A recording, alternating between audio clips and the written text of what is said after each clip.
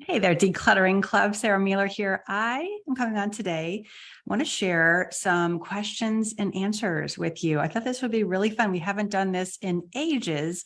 I thought this is the perfect opportunity for me to just answer some questions. And so yesterday on Instagram, I asked, what questions do you have for me that I can answer for you in terms of being organized or decluttering? And I got some really, really good questions. And so we are going to dig into those today. And if you are joining me live on the live stream, drop a comment in the chat so I can say hi. Let me know that you are here. If you're joining on the replay, hashtag replay. Okay. And so I have a bunch of good questions here, and I just kind of totally screenshotted these from Instagram. We have so much fun over there. It feels different, right? Facebook is my first love. I've been on Facebook for ages, but I'm loving Instagram too. So super fun. So if you're not following me over on Instagram, look me up, Decluttering Club on Instagram. And before I get into these questions, I want to make sure that you are all aware of the challenge that we have coming up. We've had, a ton of questions and a ton of excitement lately. And I just want to make sure that you know what is happening and how you can participate. Okay, so one of the biggest questions, and we're going to get into this here in a minute, is, how do I get started? Right? That's the number one question with being decluttered or with decluttering and organizing. How do I get started? Help, right? Waving the white flag. And my answer, especially when we have this challenge running, my very simple answer is you got to come join the Organize Like a Boss challenge. Literally, that is the answer to that question. Because I can give you an answer in 50 words, right? I can tell you what to do, and it is helpful, right? It will give you direction for sure, but it's not going to help you when you're in the messy middle. It's not going to help you when you're like, I did that, but I have questions, I'm still stuck. Or what do I do with XYZ? And all of these things come up. And so that is why you have to come join our challenge. We do this a couple times a year. It is in a private Facebook group, and it is an opportunity to work with me every day for a week. All right. You get me every single day for an entire week. We have a lesson, right? I will teach you one organizing technique per day for 5 days. And we have a Q&A. Okay. So you will get things done in a way that you did not expect is possible. So this is especially for you if you either have struggled with motivation, or if you don't have a lot of time, or if you're just I don't know where to start. I know I want to do something, I'm motivated, just help, right? This is for those people. If that is you, the Organize Like a Boss Challenge, we call it OLAB for short, will help you to get over that hump. Okay. Because if I can get you started, and if I can give you a few simple tools, and if I can do it in a group where everybody else is doing the same thing, then everything changes and things will shift in a way that you might have wanted, but you've never seen before. All right. So we have amazing results that come out of this challenge, and we only do it a couple of times a year. So you're going to want to make sure that you get in on that because we start in a week and a half or so. So I'm going to drop the link with this video. Let me grab that link here real quick. And if you're not already signed up, then you can join us. Okay. Here we go. Lots of y'all in the comments. Amazing. So good to have you here. Can't wait to hear everybody's questions. Yes, we have some good ones. Okay. Terry says, I'd love to join, but I can't afford $49. Okay, Terry, I love you. You are welcome here. So if you are, and this is for everybody, right? If you are in a place where you just can't swing $49, no problem, right? We have so much, and this Q&A is a perfect example. You can gain so much from just hanging out on my Facebook page. Sign up to my email list. You can go very far. Okay. Obviously, it's not the same as being inside the paid groups, but if that's not for you, I totally get it. Okay. And we all do what we have to do. Okay. So thank you for being here. I appreciate you. Right. Okay. So what if you can't be available? Okay, that's a good question, Donna. Everything is recorded during the challenge. Okay, so if you can't make it live, you can always catch the replays. Now, the way we work the challenge, and this will get into one of the questions. Maybe let me back up. The way the challenge works is we take everything down at the end of the week. Okay, and this makes a lot of people kind of mad at me. They get mad because they're like, well, what do you mean I can't watch the videos, next month?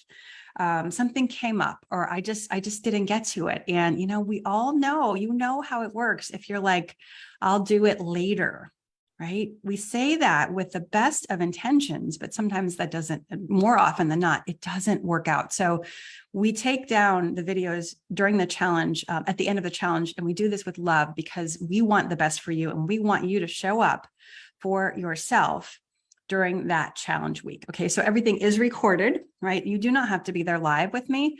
If you have 10 minutes here and there throughout the day, that is perfect. Okay, but also be aware that we do expect you to complete. I really want to have like no one left behind. That is the goal for these kinds of things, right? I want you all to be 100% committed and 100% in, which doesn't mean that you work yourself to the bone, but it means that you show up for yourself during that week. Okay. Okay, so first question is, and this one, it doesn't have the name. I apologize. These were excellent questions and I appreciate them, but I don't have people's names. So she said, how do you maintain consistency, right? With being organized and decluttering and probably just like doing general maintenance. How do you maintain consistency in getting these things done? And my goodness, there's so much that I could say about being consistent. But here's my short answer. Okay. I wouldn't necessarily focus on being consistent, right? Because what does that look like to you? Like that might mean something like really big and scary. And you might have these expectations for yourself that will cause you to quit before you've started. So if you think I need to, I don't know, do laundry every day and clean up my kitchen every day, and I need to, I don't know, process that 10-year backlog of paper, in this amount of like the to-do list grows incredibly long when I think about how do I maintain consistency. So what I would do instead is I would say, okay, what do I want to do today? What do I want to do every day? And we have a few things that we recommend in our membership. We have a routine we call Kitchen Zero. Okay. And that is, in a nutshell, Kitchen Zero is doing a very short list of things in your kitchen every single day without fail, even if you're tired, even if you don't feel like it. Right now, there are times when we can't, right? You're not home all day or someone gets sick. Of course. But in general, we recommend that you stick to Kitchen Zero consistently and that you do it every day. And this changes people's lives because when you do Kitchen Zero for 30 days in a row, or maybe you do like 29 out of 30, you have a different kitchen. And more importantly, you are a different person because you have showed up for yourself every single day. Now, the key is to keep the expectations manageable. Because if you think you need to do a million things consistently, then you might have a hard time with that. Go figure. But if you keep your expectations reasonable and then build from there, then it is much more manageable. Okay. So I like to start with, what do I want to do? And then, okay, how do I show up for myself? What do I need? Do I need to do this every day? Maybe it's every week. And I take it from there. Okay. Little by little, bit by bit. Absolutely. Okay. All right. Next question we have, and this is a good one. You'll see this, how to fight the I'll do it later when putting things away after you're done with them. Let me show you. Can you see that? Oh, is it backwards? I don't know if it's backwards or not. How to fight the I'll do it later when putting things away after you're done with them. I love that you mentioned this because this is really common. It's so easy, isn't it? I mean, even groceries, right? You go grocery shopping, you come in the house, we all put the milk away. That's not hard. Well, put the ice cream away and the chicken because nobody wants to get sick or have, ice cream soup. So that's not hard. But that other stuff, those other bags, they might sit on the floor, right? They might not get attended to. And then what happens? Then they still sit on the floor. And then we look at them and we roll our eyes and we go, oh my gosh, why are these groceries here? And why? And now it's a problem, right? And this applies to so many things. So I think I would be onto myself first, right? If you catch yourself saying, I'll do this later, just ask the question, are you sure? Really? The thing about I'll do it later is we think, I don't really want to right now, but I will later, right? Which is such a lie.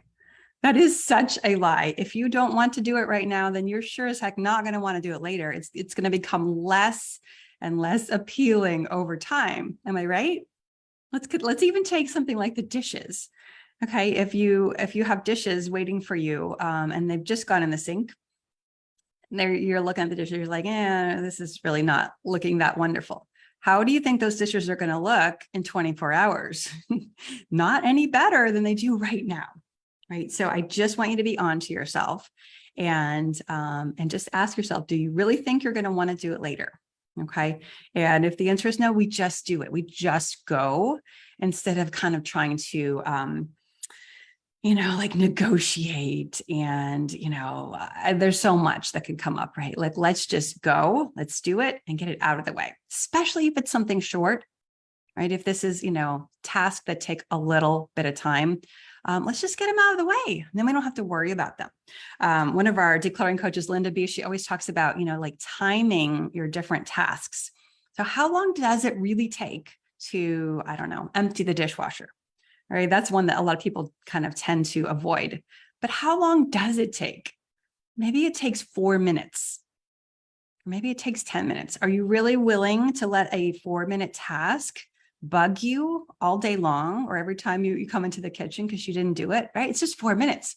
We kind of like these tasks, if we dread them or if we avoid them, then they kind of grow. It's like the monster under the bed. It gets bigger and bigger the longer you avoid it. Whereas it's really just 4 minutes or it's 10 minutes. So I encourage you to just get it done and, do it and then move on. And this is a habit that you can develop, right? You can cultivate this in yourself.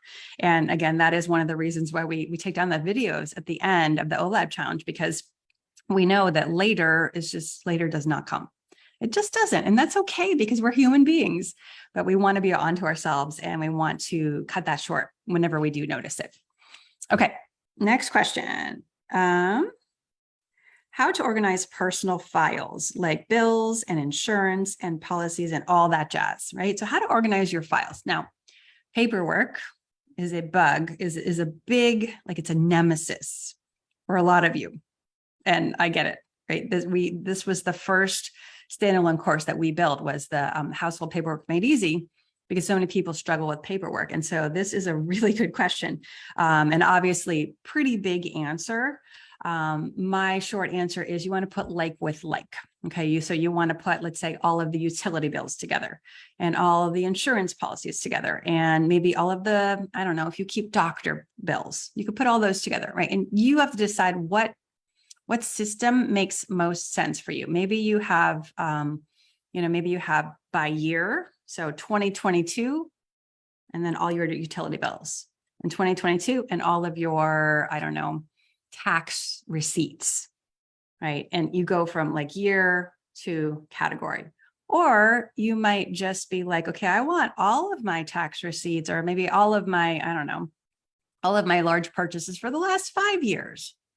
Right? Maybe that makes more sense in your brain, but I would just write it down, like make a little list. How does your brain organize categories of paper? And then take it from there, because it's going to be a little different for each person. There's different ways that you can look at it. Okay. But you just want to put like things together and then take it from there. Okay. Next question. And this is such a good question.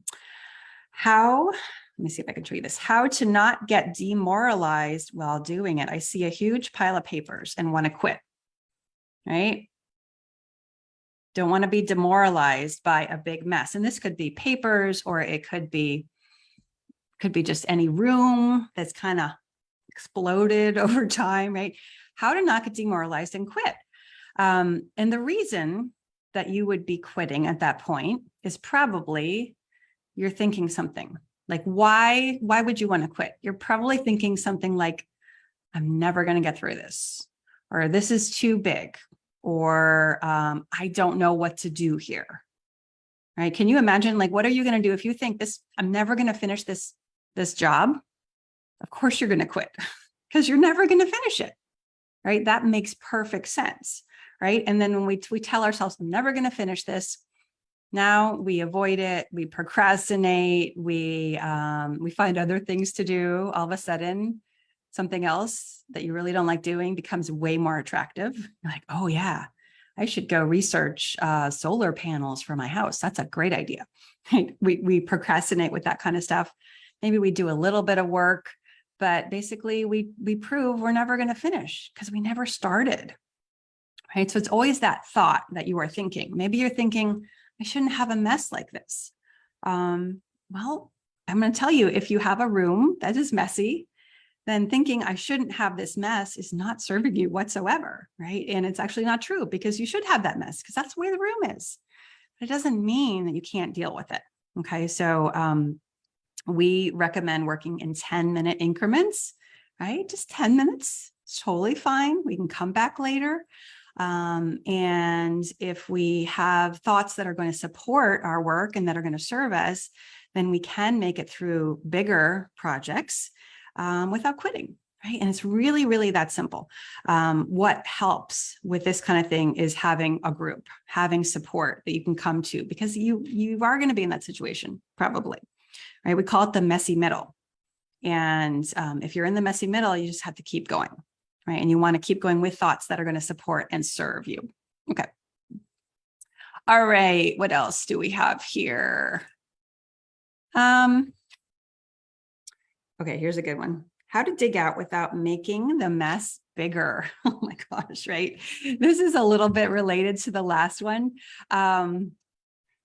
If you have a lot of stuff, right, you may make a bigger mess before it's cleaned up. You're going to be sorting, you're going to be pulling things aside, you're going to have, your declutter, you're going to have your trash, et cetera, et cetera. So how do you make progress without making it bigger? I like to keep my session short and clean up at the end. So if you are sorting through, well, let's say a room, a catch-all room, an extra bedroom, whatever it is, if you're sorting through an area, you want to be like taking out the trash, taking out your donations, and tidying up, even though it may seem counterproductive to do that, because you're like, well, why should I put things away? I am just coming right back. I'm going to take them out again. Well, you might want to, because then when you come back later, you're not looking at, something that looks worse than when you started, and you can pick up where you left off, right? So, but really most importantly is just realizing this is just part of the process. It's gonna be totally fine. We're making progress here. Maybe it looks a little worse than before, but I've gotten rid of X number of items or this many bags or whatever. And I'm just gonna keep going until I'm done. That's it, right? Okay. Let's see. All right, this is the last question. This is a good one. How to tell others to follow my lead diplomatically, right? Can you see that? How to tell others to follow my lead, and I have no idea if this is backwards or not, I apologize. And I believe what she's saying here is, how do I motivate my family to be organized or to be on board with all of these things, right? How do I motivate them?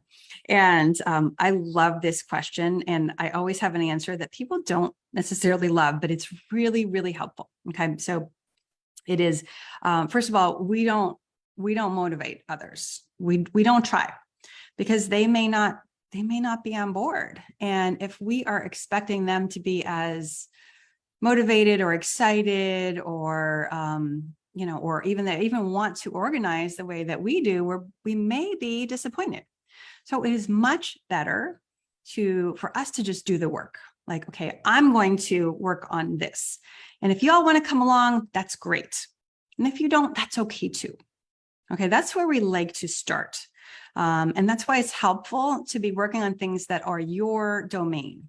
Okay, so if you want to work on your clothes, that may be easier to do than working on a family space, because the family might not be so thrilled.